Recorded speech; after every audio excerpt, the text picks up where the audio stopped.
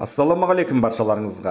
Бүгін мен сіздерге ферзбен және ладьямен кездескен осындай кез келген партияда қалай жылдам мат қоямыз. Екі жүрісте ең алдымен лайк басып каналға тіркеліп кетулеріңізді сұраймын.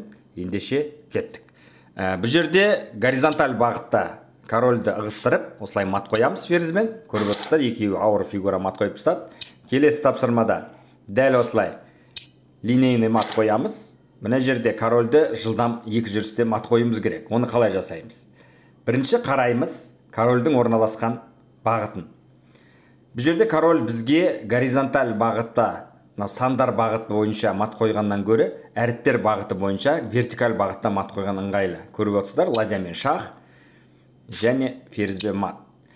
Бұны жалпы не үшін көрсетіп жатырмын? Сіздер ертең жарыстарға барған кезде, сағаттармен ойнаған кезде, үлкен жарыстарда сіздерде уақыт болмайды. Жылдам бір 10 секунд, 5 секунд, 3 секунд көп жағдайда екі жақ текетірескенде, екі жақ қарсылас мықты болған кезде міндетті түрде сіз цейтнотқа түсесіз. Сол цейтнотта осындай нәрселерді білсеңіз, әттен үй жағдайында жаттықсаңыз, сіз кез келген ойыншыны осылай ұта аласыз. Міне қараңыздар, қандай керемет мат.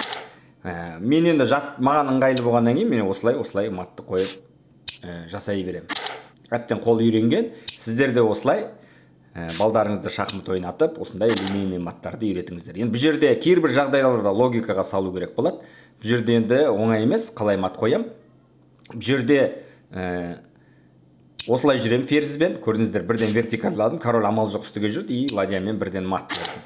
Міне осылай үйреніңіздер, шах и ферзбен осылай мат. Көрдіңіздер, бір-біріне поддержка, әрқашан мына жерде шах, жай ғана линейный мат. Маған линейный маттың ыңғайы келсе, сразу қоя берем. Міне көрдіңіздер, ферзь әрқашан ар жағында тұрса, ол көмекші, міне осылай мат қоя береді. Қараймыз, бұл жерде енді кейбір жағдайларда есептеу керек болады. Міне қараңыздар, маған ыңғайлы горизонталь бағытта осылайынан мат қоям. Келесі тапсырмада шах, король алдына, егер король былай жүрсе, онда дәл алдына қоясыздар. Көрдіңіздер, мына жерде шах, вертикаль ыңғайға келді, осылай мат қоя бердім. Қараймын, мына жерде ақтармен мат қою керек. Бұл жерде енді ферзбен шах берем, өзінің ладьясы кедергі жасап тұр, и ладьямен мат бердім. Мына жерде обычный шах және линейный мат. Келесі тапсырмада қарайым, шах. Маған көрдіңіздер, король қалай ыңғайлы орналасады, и солай жылдам мат қоясыздар. Мына жерде шах и ферзбен мат. Міне осылай шығара бересіздер. Ең бастысы, ұнаса лайк басуды ұмытпаңыздар. Сұрақтарыңыз болса қойыңыздар. Қандай видеолар шығарайын, қандай тақырып сіздерге ұнайды, қай жерден әлсізсіздер. Келесі осындай қызықты сабақта кездескенше сау саламатта болыңыздар.